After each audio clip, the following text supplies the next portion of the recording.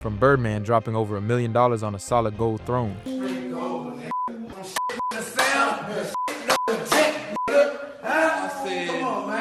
to Vanilla Ice keeping a full-grown kangaroo hopping around his Florida house, Pet, he's cool. He stands up really big. to Lil Uzi Vert planting a $24 million diamond in his forehead like he ran out of fingers. I'm gonna stay alive, yeah. My bitch, she so thick, but she look Asian from a tribe, yeah. Rap money has gone places that no financial advisor has ever been able to follow, and that's because rappers got so rich, they ran out of normal things to spend it on. These are 8 things rappers spent their money on that are outright idiotic. Birdman, gold toilet. When you're the boss of Cash Money Records with a Bugatti in the garage, a $9 million jewelry collection, and a Maybach Exalero that can hit 218 miles per hour sitting outside, you still wake up one day and decide what this bathroom needs is a solid gold toilet. Not gold-plated, solid gold, with an automatic self-lifting seat. Somewhere between $1 and $2 million, depending on which source you believe, and Birdman bought it, put it in his Miami mansion, and then posted a video on Instagram showing it off to a newly signed artist like it was the most normal thing in the world.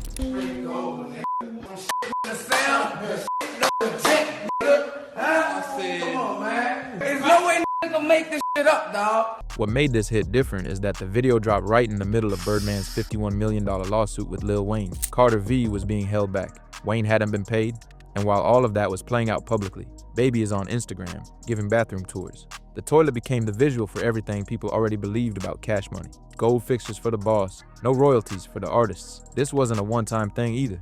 Birdman had already been flexing 24-karat gold iPhones, solid gold Versace lighters, and gold-bottled GTV vodka as part of a series he called his flashy lifestyle videos back in 2014. The toilet was just the final destination of that whole project. The problem with a gold toilet, though, is that it still does the exact same thing as the one from Walmart. You cannot upgrade the function. You can only upgrade the material.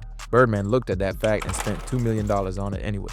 He sold the Miami mansion in 2020 for $10.8 million, less than what he paid for it. Whether the toilet left with him or stayed in the house for the next owner, nobody ever confirmed, but somewhere right now, there is either a $2 million toilet sitting in a storage unit, or some unsuspecting person moved into that house and is using it every morning with no idea what they're sitting on. Both are very on brand for Cash Money. Vanilla Ice, pet kangaroo. Most rappers who fall off after their peak go one of 2 ways. They either chase the comeback or they disappear quietly. Vanilla Ice did neither. He moved to Florida, got into house flipping, and bought a kangaroo. Not as a stunt, not for a video shoot, as a pet, for his house, where his kids live. Pet, he's cool. He stands up really big. The kangaroo's name was Bucky Buckaroo. Vanilla Ice got him as a baby and kept him for 14 years. In the early days, Bucky was small enough to hop around the house wearing a diaper, playing with his daughters like a family dog that happened to be a marsupial. Then Bucky kept growing.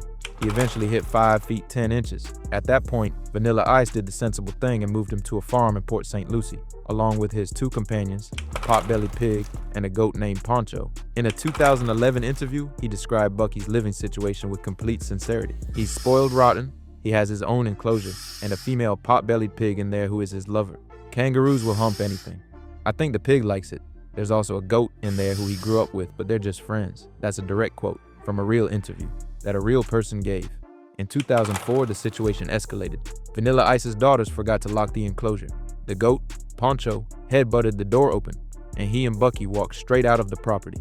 The 2 of them made it through the neighborhood, scratched a woman, dented a car, and had to be rounded up by animal control before the situation got any worse. Vanilla Ice called animal control himself and was, according to the officer on the scene, very grateful they were recovered. Bucky eventually died after 14 years with the family. And because this story didn't have enough layers to it already, Vanilla Ice had him taxidermied. Bucky Buckaroo is still in his house, just not hopping around anymore.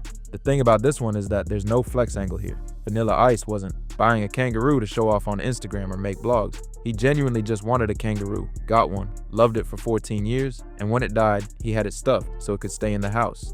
That's somehow both the most and least surprising thing about this entire list. Ice Ice Baby had a pet kangaroo and a pot-bellied pig that were in a relationship, and he saw absolutely nothing wrong with any of it. Lil Uzi Vert, forehead diamond. Most people who come into serious money buy a car, a house, some jewelry. Lil Uzi Vert bought a 10-karat natural pink diamond from jeweler Elliot Elianta, and instead of putting it on a chain or a ring like a normal person, had it surgically implanted into his forehead. The diamond cost $24 million. He'd been paying it off since 2017 when he first saw it. 4 years of installments on a single stone. When he finally announced it was paid off in January 2021, his exact words on Twitter were, "This one stone cost so much. I've been paying for it since 2017. A lot of M's in my face." 2 weeks later, the diamond was in his skull. I'm gonna stay alive, yeah. My bitch, she so thick, but she look Asian from a tribe, yeah. His reasoning, when fans asked why he didn't just put it on a ring, was actually hard to argue with. "If I lose the ring, yeah, you will make fun of me more than putting it in my forehead. Joke's on you." He also confirmed he had insurance on it. A man put a $24 million diamond in his forehead and took out an insurance policy on his own skull. That's either genius or the most unhinged financial decision in rap history. And honestly, it might be both. The internet lost its mind for about 2 weeks straight. So I'm picking up the diamond. We was gonna put it in a ring, but I'm gonna be honest, I'm a little oozy. I'm turned up, so 24 million on the ring is the stupidest idea because I'm gonna look down and that ring ain't gonna be there. That ring ain't gonna be there. I know me. I wake up in odd places and different sceneries. That is not gonna be there. Then in August 2021 at Rolling Loud Miami, Uzi jumped into the crowd during his set and fans ripped it clean off his face. He told TMZ afterward, I had a show at Rolling Loud and I jumped in the crowd and they kind of ripped it out. How you feeling? I'm feeling good. I still had a diamond, so I feel good. he still had the diamond. That was his main takeaway. Not the open wound on his forehead. The diamond was safe and that's what mattered. He eventually had it removed fully and turned into a custom pendant. The $24 million stone went from his face to his neck. The forehead experiment lasted about 6 months, and Uzi's only real comment on whether he'd do it again was short and direct. "Yes, I will never do it again." French Montana, monkey. French Montana got his capuchin monkey the same way most people get birthday gifts. Someone handed it to him at a party. That someone was producer Mally Mal, who had his own capuchin monkey, and apparently decided French needed one too. The monkey's name became Julius Caesar, which French explained in a 2014 Complex interview was because Mally Mal's crew used to call him Julius Caesar when he came through Vegas. He named the monkey after himself. That detail alone tells you everything you need to know about where French Montana's head was at in 2014.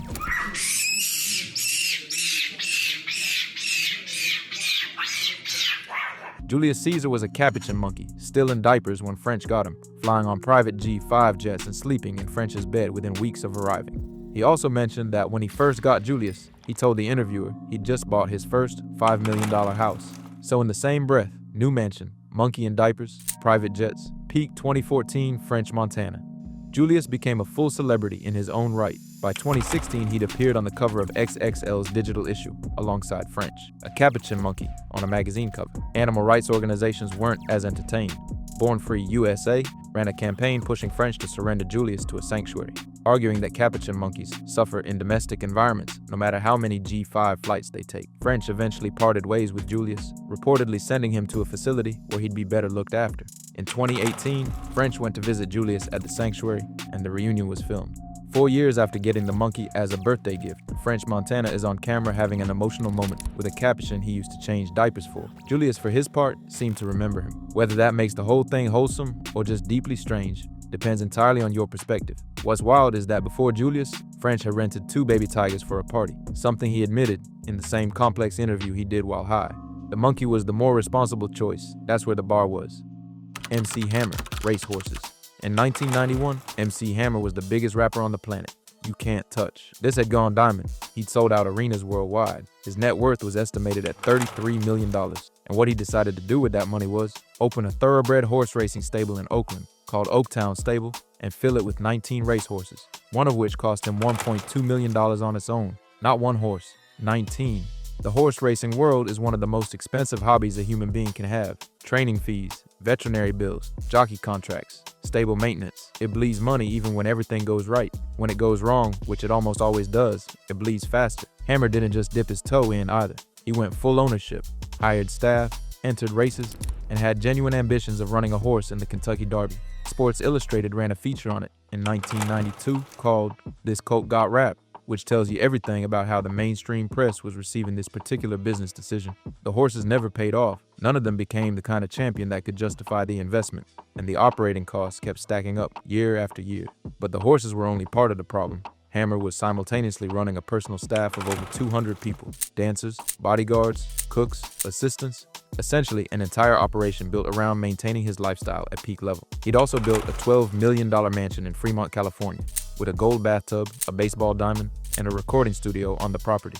The racehorses weren't the only thing draining the account. They were just the most visible symbol of how fast the money was moving in the wrong direction. By 1996, 5 years after buying those 19 horses, MC Hammer filed for bankruptcy with $13 million in debt. The man who had $33 million had spent his way through all of it and then some. The horses were gone. The mansion was gone. The 200-person entourage was gone. When he reflected on it later, he was honest about what happened. He made the money so fast that he never had a moment to build the infrastructure to hold on to it. He just kept spending at the same rate the money was coming in, and the moment the hit record stopped, the whole structure collapsed. The racehorses sit at the center of the Hammer story because they represent the single most expensive and most irrational chunk of that spending. You buy one racehorse, maybe that's an investment. You buy 19, one of them for $1.2 million, and none of them ever win anything significant. That's just money leaving the building with the saddle on. The cautionary tale that every broke rapper gets, compared to started with a stable full of horses that couldn't run fast enough to save him. Kid Cudi, Air Mags. Kid Cudi is one of the most influential rappers of the last 20 years. Man on the Moon changed how a generation talked about mental health in hip-hop.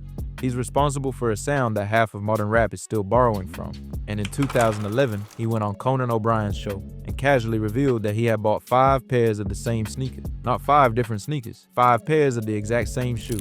I got 4, well actually technically I got 5 pair because I got my girlfriend a pair. Okay. I didn't want her mad at me. Right. So I got 4 for myself and 1 for her. The shoe in question was the Nike Air Mag, the self-lacing sneaker from Back to the Future Part 2.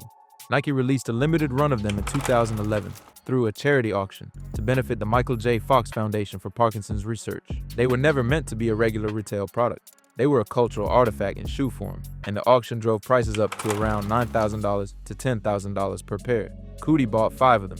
That's somewhere in the range of $45,000 to $50,000 spent on one model of shoe that he was never going to wear 5 times simultaneously. His explanation on Conan was delivered the way only someone who has genuinely not thought critically about this would deliver it. His girlfriend actually wore a pair on Jimmy Fallon in 2016, which confirmed at least 2 of the 5 pairs had been located and put to use. The other 3 presumably exist somewhere in storage, appreciating in value the way sneakers do when you buy them at $10,000 and never take them out of the box. There's a reasonable argument that the Air Mags Cudi bought in 2011 are worth significantly more today than what he paid for them, which would make this the only genuinely financially defensible purchase on this entire list.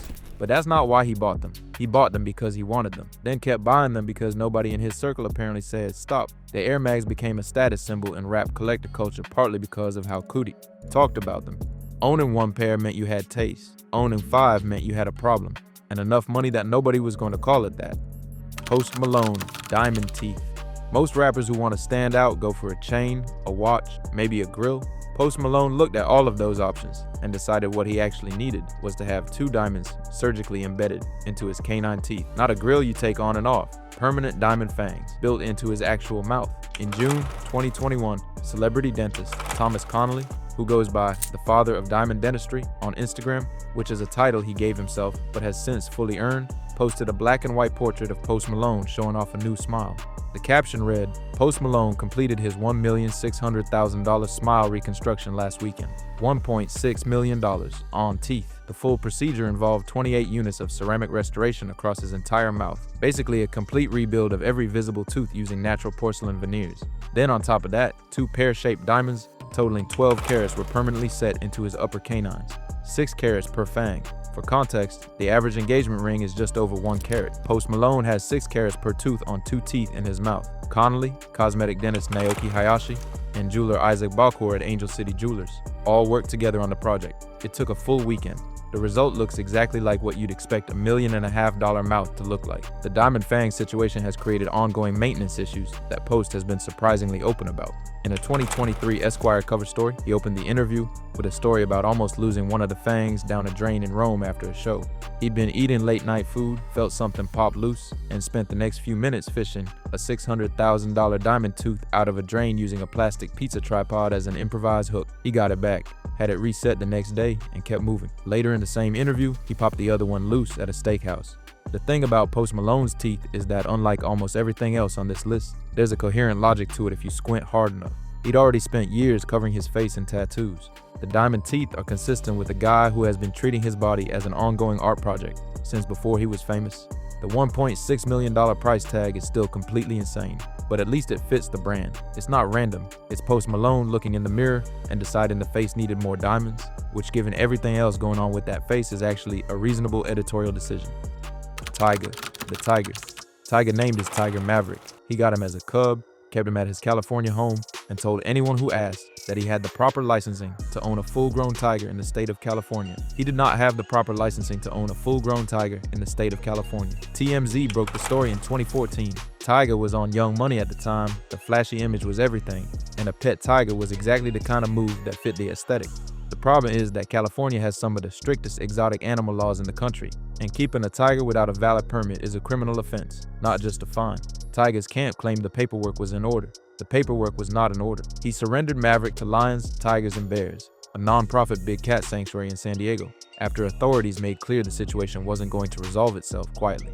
The sanctuary took Maverick in, began his rehabilitation and care, and almost immediately went on record about how the handover went.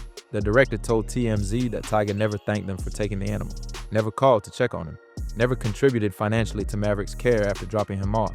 The sanctuary was left holding a full-grown tiger that belonged to a rapper who had moved on completely. Tiger named Tiger? Yeah. I did. Yeah. Me too. Yeah, I did. You got a tiger named after me? In 2015, Tyga was hit with a $10,000 fine for missing a court date related to the illegal tiger case. He didn't show up to court over a tiger he no longer had. The sanctuary continued caring for Maverick for years after that, funded entirely by donations and their own operations, with zero involvement from the man who bought him in the first place. Maverick lived out his life at the sanctuary. He never went back to Tyga, never got a phone call, never got a follow-up visit. He went from being a prop in a rapper's flex to being a genuine rescue animal, because the person who bought him decided the paperwork was somebody else's problem, and the court date was optional. What makes Tyga's case the right one to close this list is that it's the only entry where the purchase had a real victim. The gold toilet is stupid, the kangaroo is bizarre, the forehead diamond is unhinged. But Maverick was a living animal that ended up in a sanctuary because someone bought him to look cool and couldn't be bothered with anything that came after. The flex has a body count, just a tiger-shaped one. Rap has always been about proving something, proving you made it out, proving the money is real, proving that nobody can tell you what to do with it. And for most of these guys, that's exactly what these purchases were. Proof of legitimacy. Birdman didn't need a gold toilet. Uzi didn't need a diamond in his skull. Hammer didn't need 19 horses. But when you come from nothing and suddenly have more money than anyone around you ever had, the line between a celebration and a catastrophe gets blurry fast. The ones who lost the money found out the hard way that a gold toilet doesn't appreciate in value, and a racehorse that can't run is just an expensive pet. The ones who kept it, well, they still bought a kangaroo and had it taxidermied when it died. So maybe the lesson never fully lands, regardless of how the bank account looks. Drop a comment and let me know which purchase on this list you think is the most stupid one. The gold toilet, the forehead diamond, or something else. And if you enjoyed this, subscribe for more. See you in the next one.